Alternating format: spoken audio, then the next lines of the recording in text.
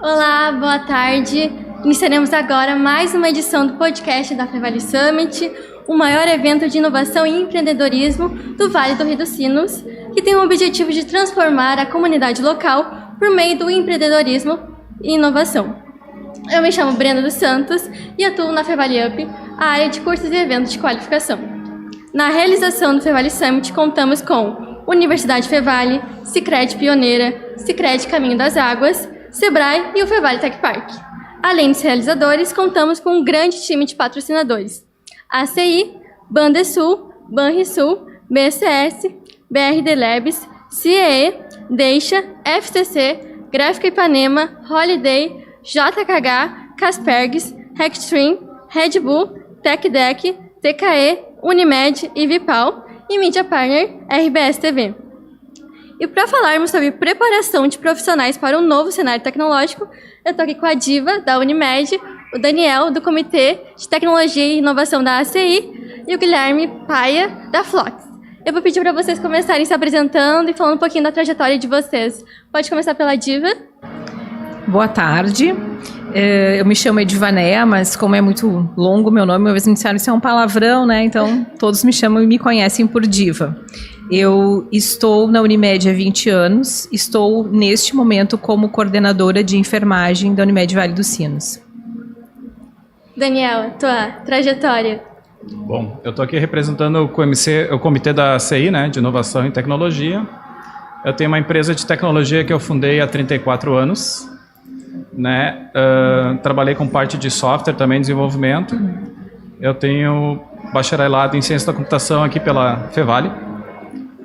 Sou técnico eletrônico e trabalho com a parte de biorressonância e terapias frequenciais também há alguns anos.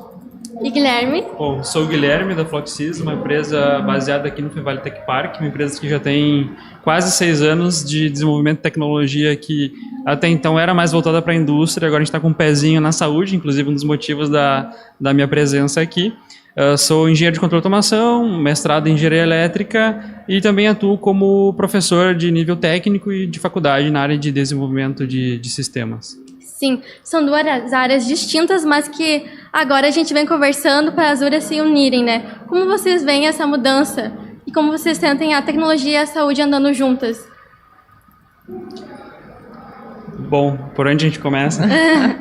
Bom, do ponto de vista da Flock, como nós viemos da indústria, nós vimos que somente extrair dados de máquinas não era mais o suficiente para conseguir trazer diferença, principalmente para a parte do trabalho na indústria.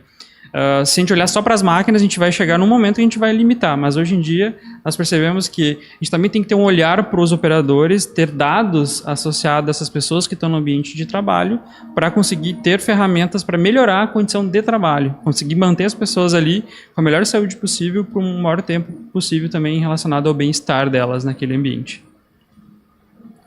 Exatamente, a tecnologia vem para auxiliar, para que a gente possa ter recursos, que a gente possa ter mais tempo à beira-leito com o paciente, né? Assim que eu vejo a tecnologia na saúde, né? A tecnologia traz muitos dados, consegue tabular dados e dar respostas, né? Muito rápido, né? Então isso é essencial para que a gente possa ter um diagnóstico mais preciso, mais rápido, né? E são equipamentos, ferramentas. Antes se levava tanto tempo para se verificar os sinais. Hoje tu tem um monitor que tu bota lá e te dá todos os sinais em tantos minutos, né? Então vem facilitando isso, a gente ganha tempo, né? Tu faz os registros e depois tu tem como tabular, como buscar esses dados e ver qual o perfil dos teus pacientes, como é que é o perfil da tua unidade. Então a tecnologia está trazendo muito crescimento, né? A gente está conseguindo avaliar esses dados, também está conseguindo se dedicar, né, mais à beira-leito, tendo essas facilidades, né? A tecnologia aí facilitando o dia a dia. E Daniel, com a tua experiência, como tu vê essa mudança no mercado de trabalho e a inserção da tecnologia para os profissionais? O que a gente tem agora, né? Como eu falei, eu tenho um tempo assim já junto da tecnologia, né? Então, a gente está vendo a inteligência artificial vir muito forte, que na verdade é mais algo estatístico que uma inteligência de fato, né? Mas o que acontece? Antes tu não tinha aparelhos e velocidade para processar essa quantidade de dados. Hoje a gente tem uma grande captação de dados, né? Todo mundo tem um celular que capta dados o tempo todo, e antes tu não tinha um poder de minerar esses dados e qualificar esses dados, né? E o que está acontecendo agora, que é o que eles fazem na Flox também, é tu pegar essa quantidade de dados, tu conseguir minerar para ajudar preventivamente, para auxiliar lá, né? Depois, uma Unimed, num atendimento, coisa assim, né? Porque a gente tem que trabalhar a parte preventiva.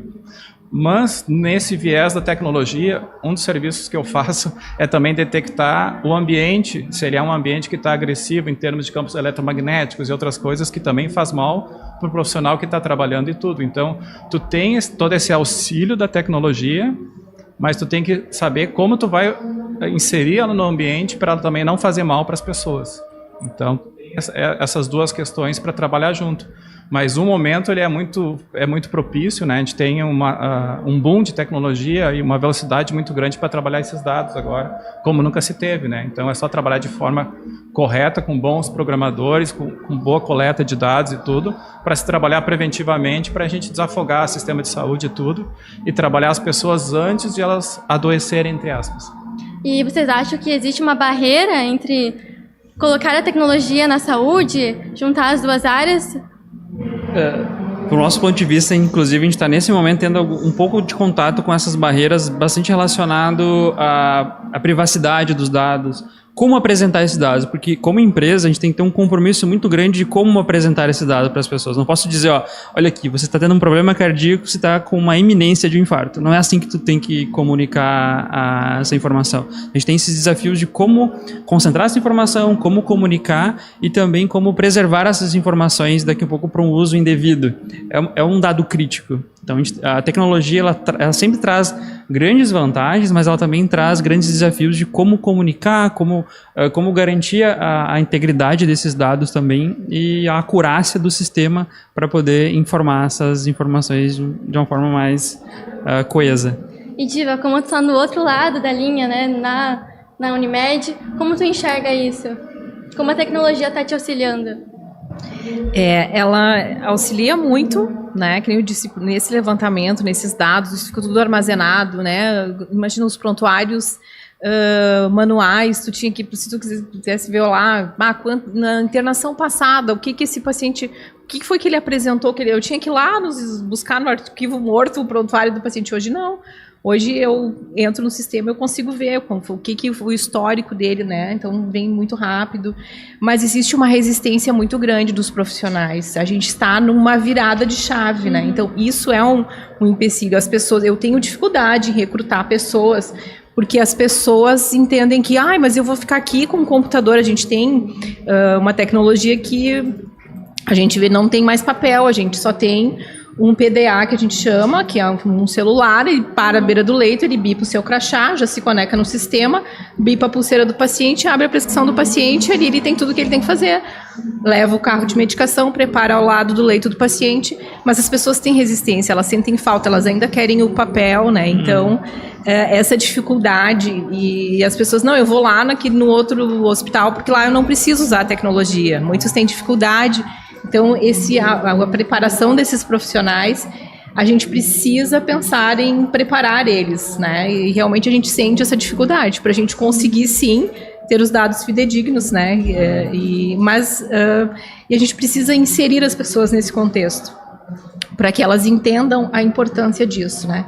E não é porque eu estou usando um dispositivo que eu vou ser mais fria, porque muitos dizem, eles vão dizer que eu estou só no computador, ou que eu estou olhando para o celular e não estou prestando atenção. Não, né? Tu vai olhar no olho da pessoa, tu vai conversar com a pessoa, mas depois tu vai registrar, ao invés de registrar na tua prancheta de papel, tu vai registrar no teu PDA ou no teu note, né? Mas existe, assim, essa dificuldade. Então, precisa ainda ter, digamos assim, esse acolhimento para as pessoas entenderem que não tem volta.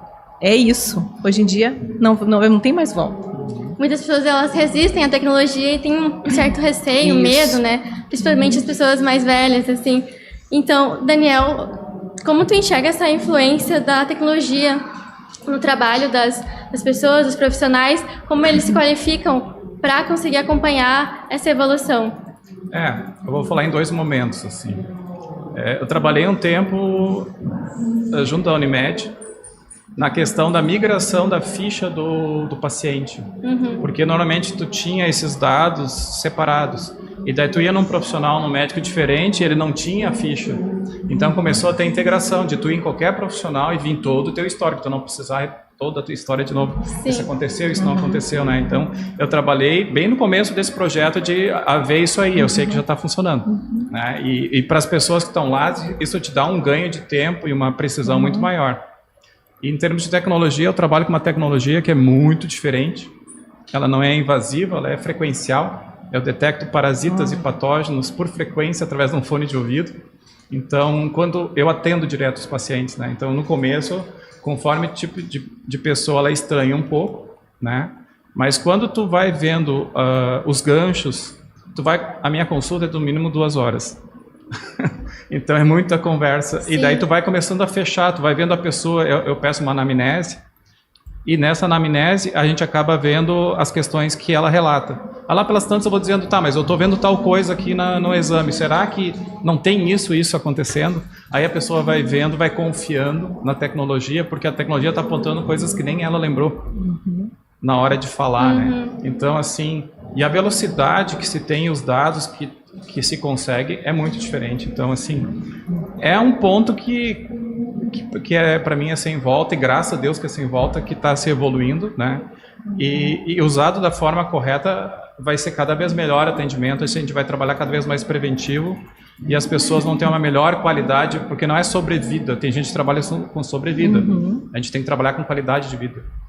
E os aparelhos a gente começa a pegar a questão emocional, né, que nas enfermeiras graças a Deus que existem elas, né, porque vai chegar lá para a pessoa, tu diz que tu tá com câncer, é a pior coisa que tem, né? Tu tem que ter uma inteligência emocional para encaminhar a notícia, né, e tudo, né? Tu sabe que eu ouvi semana passada uma frase e eu achei bárbara a frase, né, que todo mundo diz assim, a tecnologia vai tirar o meu lugar, eu vou, né, não vou perder meu emprego, não vou ter mais emprego. Daí a pessoa disse, não, se você trabalhar como um robô, realmente você vai ser substituído por uma máquina, mas ele pode ter muito conhecimento, até mais do que nós temos, e com certeza tem, mas ele não tem a sabedoria que nós temos. Então, aí é que tá, né? A gente tem que trabalhar agregando esse conhecimento, mas a nossa sabedoria, né? Então, eu acho que é isso que as pessoas têm que entender. Para nos auxiliar e não nos trocar, né? Muitas pessoas têm medo de ser substituídas pela tecnologia, e não como um auxílio ao trabalho delas, né? Isso aí. Num algoritmo, né, que é uma parte da programação, tipo que tu escreveu aí, não deixa de ser um algoritmo, né, que pode ser depois programado. No algoritmo é muito difícil tu trazer a inteligência emocional, né? Ela tem 20 anos na Unimed, tudo que ela já passou, essa criação de lidar com as pessoas, isso é insubstituível no momento, né? Isso não é mapeável num software, né? E conforme a linha que tu estuda, tu vai ver que tudo é emocional. Né? Então tu tem que trabalhar o emocional para a pessoa ter saúde, ter qualidade de vida. Né? Então se tu não trabalhar o emocional, se tu tem um atendimento frio, a pessoa não acredita e ela não vai se curar. Porque ela tem que acreditar, tu tem que mexer com o emocional no atendimento, senão ela não vai ficar melhor. Sabe? Então é insubstituível o profissional, e a tecnologia te dá todo o aparato de tu ter os dados, né, de forma abrangente, porque nem sempre tu vai lembrar de tudo. No momento de estresse, o teu cérebro ele não raciocina tão bem, tu raciocina menos, né, porque tu está tendo uma reação mais animal. Então, se o profissional está no estresse, ele não vai lembrar de perguntar tudo. Aí está o suporte tecnológico, processualmente, que vai te ajudar a todas as etapas necessárias e tu ter um resultado bom. Né? E, Guilherme, a Phlox, ela trabalha bem com chão de fábrica, né? E tu percebe que as empresas estão se qualificando, estão procurando qualificar os profissionais também? Depende, tem vários. No Rio Grande do Sul a gente tem um leque bem grande de empresas. A gente vê em algumas cases excelentes de realmente a empresa ela foca muito não só na aprendizagem do seu funcionário, mas também na qualidade do trabalho dele dentro da fábrica. Então a gente tem bons e uns cases que devem ser melhorados. Investem também em questão de cursos, de faculdade e tudo mais, justamente para trazer essa qualificação técnica. E só fazendo um gancho numa coisa que foi comentada aqui, como eu sou professor também de ensino técnico, eu percebi que existe um gap. O que acontece? As gerações mais novas, aquelas que têm normalmente menos de 20 anos, depende de cada caso, não tem. Eles não estão tão acostumados com o uso de computadores. Então, estão acostumados com smartphones, Android e iOS. Daí, quando a gente vai ensinar para eles programação, o primeiro desafio não é ensinar lógica de programação, é ensinar a usar o computador. Então, existe esse gap, pessoas de maior idade que não tiveram tanto contato com tecnologia e as mais novas que não têm. Então, as empresas hoje estão tendo desafios, inclusive, de treinamento básico de trabalho com Windows. Deve ter contato também com o pessoal que vai entrando ali. A gente, no curso técnico, às vezes, estão cogitando a hipótese de trazer informática básica para os cursos, porque realmente não sabe como que é um sistema de arquivos, não sabe como se organizam as pastas, entende? Um conceito que, para minha geração para frente, assim, até, sei lá, uns 60 anos, 70, sei lá, depende do contato que a pessoa teve, isso já está intrínseco. As novas gerações não têm, então tem desafios que achávamos que estava resolvido e eles estão reaparecendo. Então, tem coisas bem interessantes que acontecem, porque são pessoas, todo mundo deixou de ter um computador em casa, de ter um notebook, então isso mudou também a perspectiva do ponto de vista de trabalho. Às vezes as empresas estão tendo que fazer formação de uso do Windows, né, do Linux, enfim, mais básicas, porque não tem.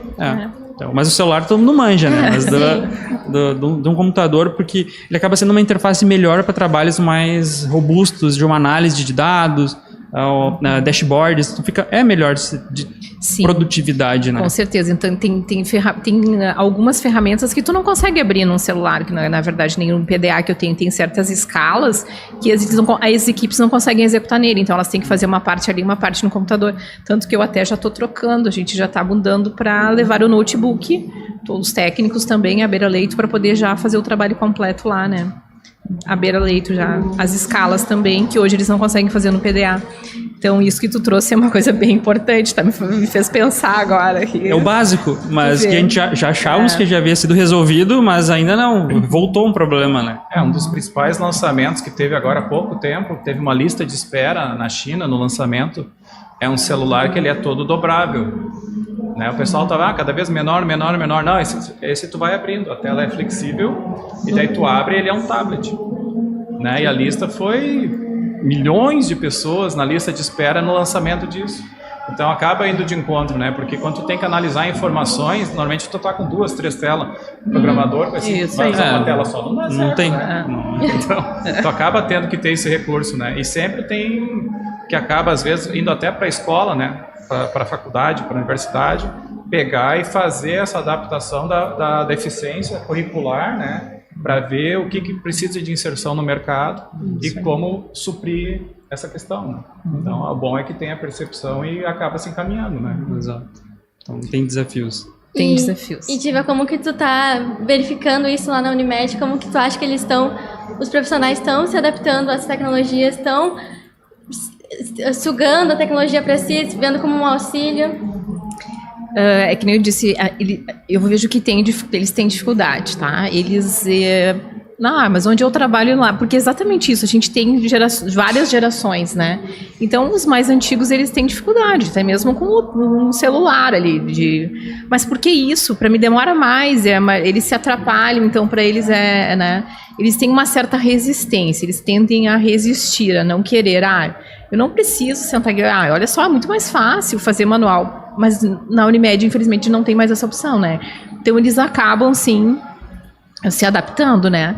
Mas eu vejo que falta um preparo, né? Um preparo até do curso técnico, que nem quando chegam os técnicos na escola, eles nunca tiveram contato, eles chegam para nós e vão ter contato com as ferramentas ali no dia a dia de trabalho, eles não tiveram isso do curso que eles vieram, até mesmo da graduação. Muitos não tiveram contato com ferramentas que a gente utiliza no dia a dia. Então, precisa haver uma adaptação aí também, né? Uma reestruturação desses currículos, né? Desses cursos, para que o profissional chegue mais preparado, né? Porque ele realmente chega, não é só o sistema, o programa, é a própria ferramenta, né? Então, existe sim barreiras, mas a gente vai devagarinho, né?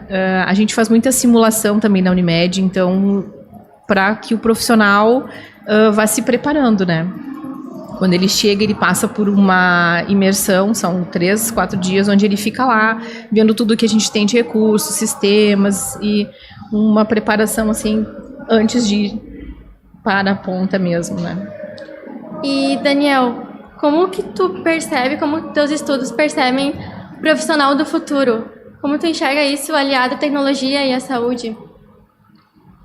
Assim, eu sou muito autodidata, né? Então eu não consigo enxergar muito diferente da pessoa estar se atualizando o tempo todo, né? Porque a velocidade que a gente está tendo de avanço agora de tecnologia e conhecimento e a disponibilidade de conhecimento que a gente tem por internet, então, ela é enorme. Então, tu tem que estar atualizado. Eu vou dar um exemplo bem simples, vou tentar não pisar no calo de ninguém, mas, por exemplo, a gente ainda tem médicos falando, por exemplo, de aspirina para afinar sangue. Ela afina o sangue, mas ela dá outros efeitos colaterais. Tu tem outros recursos, né? Já tem estudos que tiraram a aspirina para isso. E tem gente que não se atualizou. Tem instituições com currículo de 1940 na área da saúde, né? E tem outras universidades que estão atualizadíssimas, né? Eu participei de elaboração de alguns currículos de cursos que eu vi técnico.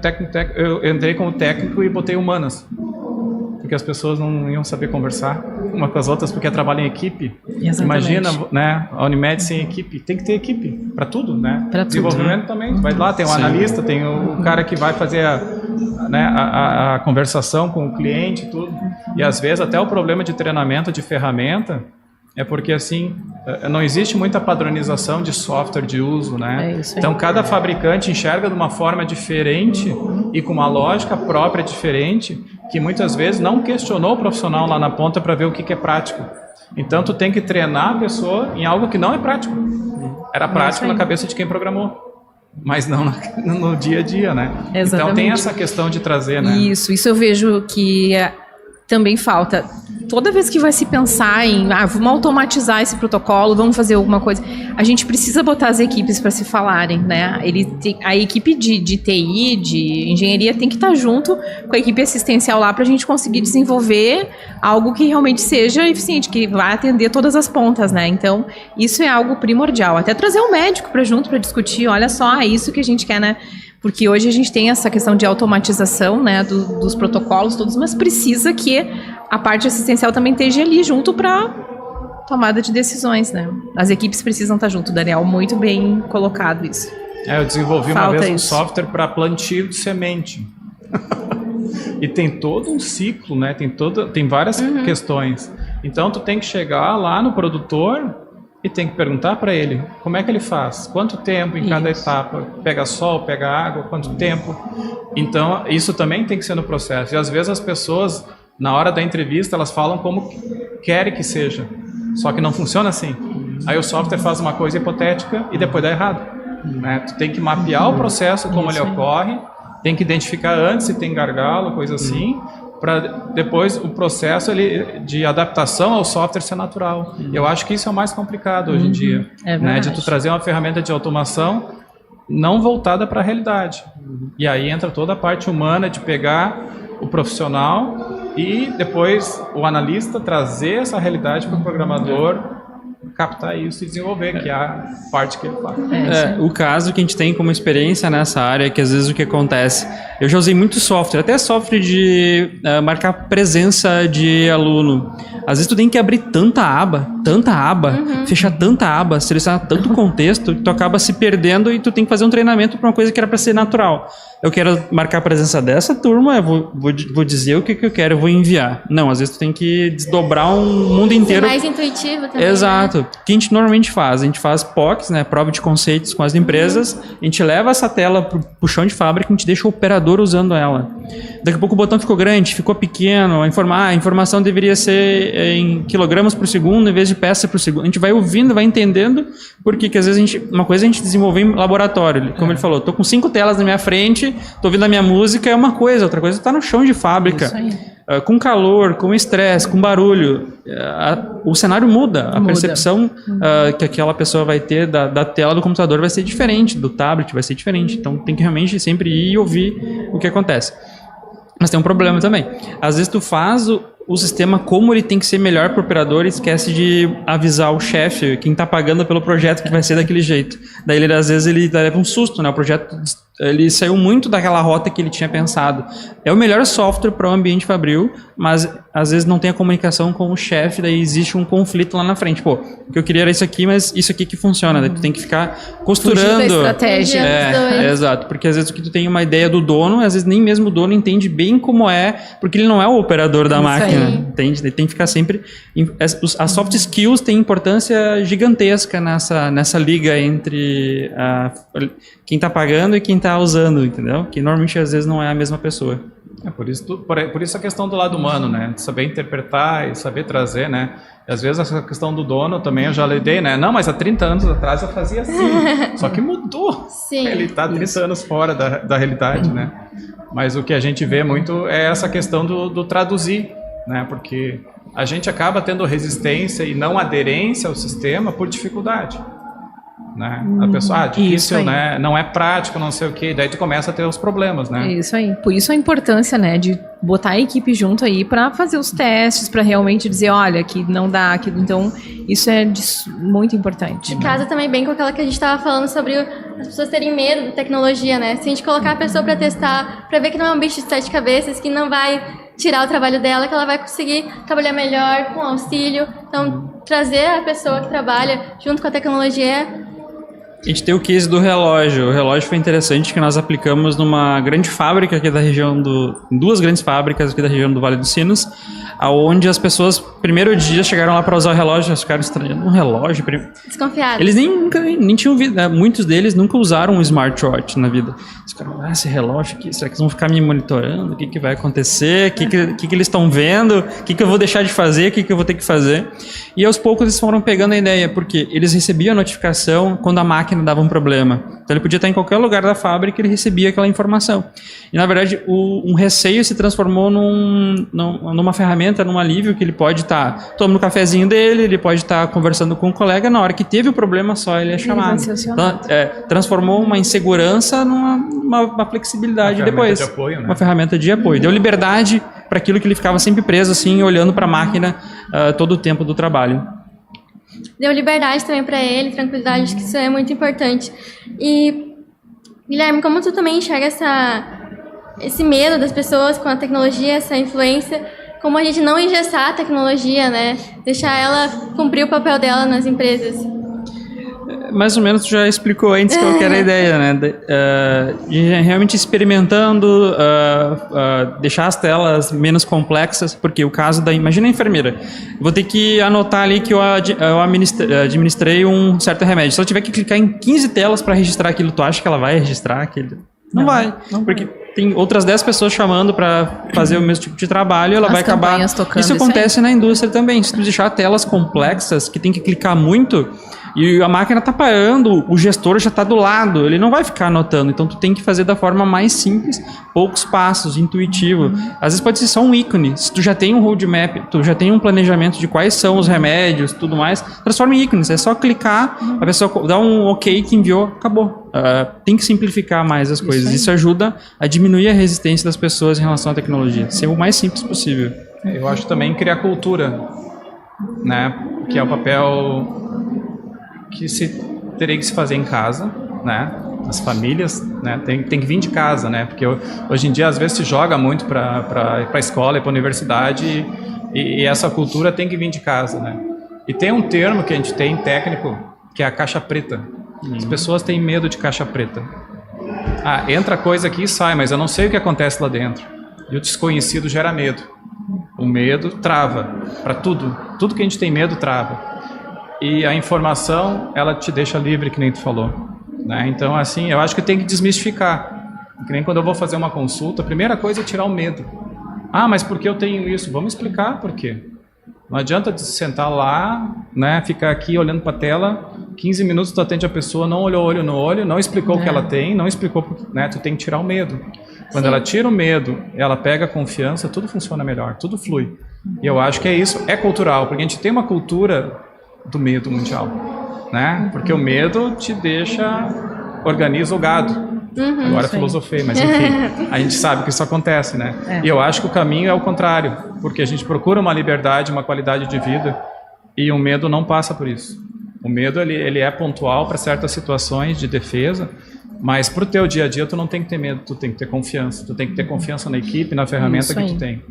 A gente precisa ter um ambiente onde as pessoas tenham uma segurança psicológica, tá? Onde elas se sintam seguras, onde elas possam sim errar, porque vai acontecer, mas onde elas possam dizer sim, não, deu errado, então vamos corrigir por que isso deu errado e vamos fazer do modo para que dê certo. E essa segurança psicológica precisa estar presente nas equipes hoje, porque senão a gente não consegue manter uma equipe, né? Então a segurança e essa cultura assim de que realmente abrir para o novo e não ter medo, porque as pessoas têm medo de sair da sua zona de conforto, né? Se está confortável para mim, o que vão inventar agora? Sim, normalmente já dizem, 20 anos o que vocês vão fazer? Desse jeito, isso, é assim. Então, não, a gente precisa estar captando elas e dizer não, vamos lá, é isso aí. Sim, e como você sente, quais são os maiores desafios nessa área da tecnologia ligando à saúde? Tem muita coisa para ser explorada. Pelo ponto de vista nosso, da nossa experiência, é que realmente como mostrar as informações do nosso ponto de vista, como tratar esses porque a quantidade de dados que tem é absurda, e cada vez mais dados. Como transformar esses dados em informações e como apresentar elas de forma segura. Então, porque só jogar informação é fácil, mas como administrar, como ter talvez até foi um brainstorm da rodada de negócio anterior, como criar um caminho, porque beleza, eu apontei que tem um problema cardíaco, mas como já fazer uma preparação para encaminhar para um hospital, já ter uma rede já pronta, rede de apoio, né? Uma rede de apoio pronta para atender, e essa informação que está aqui, depois já seguir também para o hospital, para ter um histórico daquele paciente antes de entrar naquele ambiente. Como transformar esses dados em informações e manter esse fluxo de dados até a ponta onde que ele vai ser feito o atendimento. Eu trabalho com coisas muito diferentes, né? Eu trabalho com biorressonância, né? Estou detectar um patógeno por fone de ouvido. Eu trato vírus com luz frequenciada, né? E realmente sai, né? Diminui a incidência, né, de patógenos. Só que assim, a gente tem um mercado, entre aspas, viciado, né? Dentro de um ecossistema já muito bem mapeado e muito bem fechado da indústria. Essa indústria ela tem que permitir que entrem outras coisas, né? A gente tem iniciativas, eu faço parte da rede PIC, né? Que é a integração das terapias alternativas, né, para o SUS e coisa assim, né? Então, tá começando esse movimento, mas ele ainda está muito lento, né? Então, tu tem medicinas antiguíssimas com 5.000, 6.000 anos, comprovadamente curando pessoas que são consideradas alternativas à oficial que tem 200 anos, né? Então, tem toda uma questão de mercado que eu acho que é o maior desafio, porque inteligência e opções tecnológicas tem muito, né? A questão é passar pelos interesses da indústria, que isso seja divulgado, né? É que nem eu falo, por exemplo, de comida. Eu fiz um curso de PANC, né? Plantas alimentícias não convencionais. Existem 33 mil tipos de alimentos no mundo. Qual a razão da fome? Por que salada é alface e tomate? Sabe? Sendo que a alface, se tu comer demais, no final de tarde vai te dar até um pouco de problema visual, sabe? Então, assim, no inso que cresce no teu gramado, tá cheio de coisa nutritiva. Então, de novo, é o mercado restringindo a informação. Porque tem vários lugares do mundo que não precisava ter fome. Por quê? Por causa do mercado e porque a informação não é democratizada. Então, eu acho que é isso, na minha opinião. E isso que tu falaste, a prevenção, né? Nós falamos, vai cada vez mais precisar olhar para esse lado da prevenção, né? Porque se a gente for fazer uma análise, um estudo do custo da saúde hoje, né? Os próprios planos de saúde, eles não estão conseguindo repassar o que eles estão tendo de aumento aí de custo, né? Então, a gente vê aí um déficit, o próprio SUS, né? Ele sabe que tem, né? Ele não consegue trazer muitas vezes toda essa, né? Então, vamos trabalhar mais a prevenção, que não vai ter né, eu acho que o foco daqui para frente tem que se olhar sim para essa prevenção e olhar, né, para ter um olhar mais holístico, né, olhar o ser humano como um todo, né, porque às vezes tem coisas básicas, né, que precisam ser tratadas que evitariam muitos danos aí. É que nem a questão da pandemia. Se o sistema imunológico das pessoas estivesse ok, sabe, eu atendi muita gente, eu continuei atendendo durante a pandemia, não peguei nada, né, botei um pouco de ozônio ali na hora que eu estava atendendo para se tivesse algum vírus, alguma coisa, só que no final de tudo é sistema imunológico. E uma das coisas que desativa o sistema imunológico é o estresse. Aí eu volto para o emocional, eu volto para o medo. Quem está com medo fica doente, porque desliga o sistema imunológico. Então, de novo, é tu tratar na prevenção, é tu tirar o medo das pessoas, que daí tu não vai ter problema de hospital lotado, tu vai atender as pessoas melhores e realmente elas vão ter qualidade de vida. Né? Porque uma coisa é sobrevida. Sobrevida com 7 remédios, 10 remédios, 15 remédios. E o remédio, ele remedia, ele não cura, né? As pessoas não... Às vezes não vão bem no termo, né?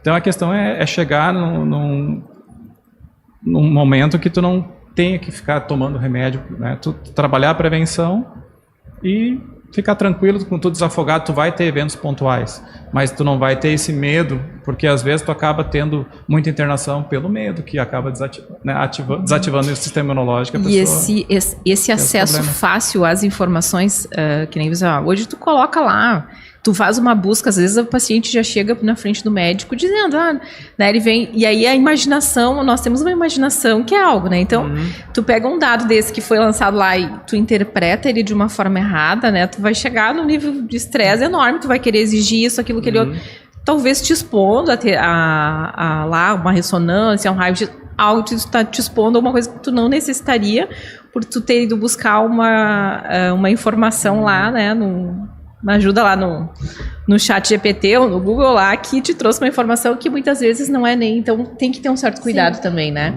E isso é um grande desafio para os profissionais hoje em dia, né? Porque, às vezes, o paciente já chega e já diz, eu já pesquisei, é isso, né? Então, às vezes, chega já dizendo... E daí já foi além, imaginou um monte de coisa lá. Então, isso também é algo que, né? Às vezes a gente diz, olha, não lê mais, não busca mais, vamos olhar aqui, vamos olhar para ti, porque é olhar para ti que a gente precisa, não o que tem lá né? Então, é um grande desafio, assim, mas eu entendo que tá aí, que nem o Daniel disse, buscar a atualização, se atualizar, né? Porque isso também é algo que a gente vê. Hoje em dia tá muito rápido, muda tudo muito rápido e as pessoas precisam buscar essas atualizações, né? Então, para poder caminhar aí todo mundo num caminho que leve aí ao sucesso. Sim. Né? E você pode falar. Só um dado rápido. Sim. As pessoas às vezes não se ligam muito que as ferramentas de busca, elas não são gratuitas. Elas estão gratuitas, mas elas têm um patrocinador. Dados. Se for pegar a Google, ela é uma das maiores indústrias farmacêuticas mundiais. Eles compraram várias. Tu acha que o resultado dele não vai ser tendencioso?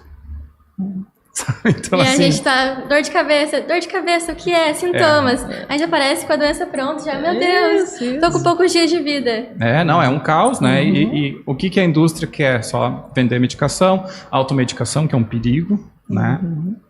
O esclarecimento, sim, a informação, tu saber que daí tu precisa realmente, né, contar com um profissional preparado para te ajudar lá, né? Então, tem que cuidar um pouco com essa questão da pesquisa, né? Que o pessoal hoje acha que o brasileiro gosta de dar o jeitinho, vou pro Google lá, daí eu vou pra farmácia, eu converso melhor, o cara me vende qualquer coisa, então o jeitinho muitas vezes é complicado. E tem pessoas colocando até sintomas na inteligência artificial, né? Como se fosse isso. É que daí a inteligência artificial tendo uma base de dados muito superficial, que às vezes nem a pessoa sabe direito descrever qual é o sintoma que ela está sentindo. Então a análise final também vai ser um desastre. Exatamente. Então, e o pessoal não entende como é que... Não é uma inteligência ainda, é uma estatística de dados tendenciosos disponibilizados. Sim. Não quer dizer que esses dados estão perfeitamente corretos, que essa análise estatística está sendo feita, né? Então o pessoal também tem que entender o que eles estão consultando nesse momento. Né? Se tu pegar, por exemplo, uma sugestão que eu falei ali da Unimed, eles criarem uma nuvem deles, né, de inteligência artificial com base nos dados da própria Unimed, com uma base confiável, vai ser diferente. Bem diferente do ter uma base pública que vai ser estatística com um monte de coisa alimentada incorreta. A padronização da entrada dos dados que importa, né, para fazer essa análise. Padronizar a entrada, porque daí fica mais fácil da inteligência também conseguir processar, classificar, enfim, essas informações. Outra coisa também que é interessante, eu tenho uma prima que é médica e às vezes ela comenta que tem muitos problemas de saúde que não se resolvem com remédio. Às vezes é uma manobra, por exemplo. Os médicos já às vezes vão lá estar com remédio que na verdade era só fazer uma manobra, que às vezes um próprio fisioterapeuta, um médico pode fazer, que a pessoa sai curada de lá com uma manobra, que é um problema físico, não para resolver com remédio. Às vezes falta esse conhecimento também, essa experiência. Não sei, a informação não flui, ou foi muito rápida a graduação, ou tá realmente sempre baseado em problema A, remédio B, e assim por diante. Uma ferramenta que eu utilizo para ter um exemplo rápido, já deve estar estourando o tempo, se não estourou ainda. Ainda não, nosso bate-papo está quase chegando no fim, mas tem um tempinho ainda. Mas uma ferramenta que eu tenho, ela analisa o corpo, e lá pelas tantas, a pessoa tem um problema de estômago crônico, e ela sugere quiropraxia. Puxei para Fevale agora, né? Mas é verdade, puxa para quiropraxia, porque tu restabelece todo o fluxo energético no corpo e outras coisas, que acaba diminuindo a contração nervosa do estômago e coisa, e daí tu vai ver, regulariza o estômago da pessoa, um ajuste quiroprático, né? Então, tu tem essa questão de interligar os conhecimentos, né? E os vários profissionais. O que eu faço, às vezes, eu conheço um osteopata, eu conheço uma psicóloga reencarnacionista, eu conheço um monte de gente. Então, lá pelas tantas eu digo, olha, eu preciso de ajuda. Eu vou até aqui. A outra parte eu indico, faço uma indicação qualificada para ajudar a pessoa no todo. E eu acho que tem que ser assim, né? E vocês fazem isso lá dentro, né? Os vários profissionais se conversam, né? Sim. E eu acho que é o que... Para onde é que tem que ir, né? Tem que se educar para se trabalhar em equipe, qualificar a informação, tirar o medo. Gente, nosso bate-papo foi muito legal. Quero agradecer vocês. Se vocês quiserem deixar o contato de vocês, Diva... Então, meu e-mail, pode ser? Pode ser. edvanea.zavascki@vs.unimed.com.br. E Daniel, quem quiser te encontra por onde? Eu tenho a Progetec Tecnologias Integradas há 34 anos. Eu tenho um site também da minha área de atuação de saúde, que é danielfleck.com.br. Aí vai ter Instagram, vai ter vários outros meios, mas é fácil de achar daí. E Guilherme, como a gente encontra vocês? Pode ser tanto pelo meu e-mail, que é piaia@fluxys.com, FLOKISYS.com. Nas redes sociais como Gui Piaia, ou no GitHub como G Piaia, enfim. Isso aí, nas redes sociais também tô lá, LinkedIn, Instagram, né? Isso aí, acho que aí é muito bom a gente poder estar aqui. Quero agradecer essa oportunidade, né? A gente ampliar aí o conhecimento aqui, essa troca, acho que foi bem bacana, né? Sim. E eu acho que a gente está no momento de uma transição muito importante, né? Do mundo, a gente está entre o mundo velho e o mundo novo, digamos assim, né? Porque tem muitas coisas que vão ter que mudar. Antigamente, o essencial para o trabalho eram os músculos, né? Aí a gente está numa época agora, numa era que o essencial é o cérebro, o conhecimento, né? A inteligência. E a gente vai ir para uma era onde o essencial vai ser o coração. Eu acho que a gente vai evoluir, é isso que a gente está acontecendo, a gente está nessa transição aí, então parece às vezes meio turbulento, né? Mas eu acho que é isso que vai... Eu postei há 1 ou 2 dias sobre o coração não ser uma bomba, que ele é um vórtice energético, outras coisas, né? Tudo que está envolvido no coração, então eu entendo bem a colocação.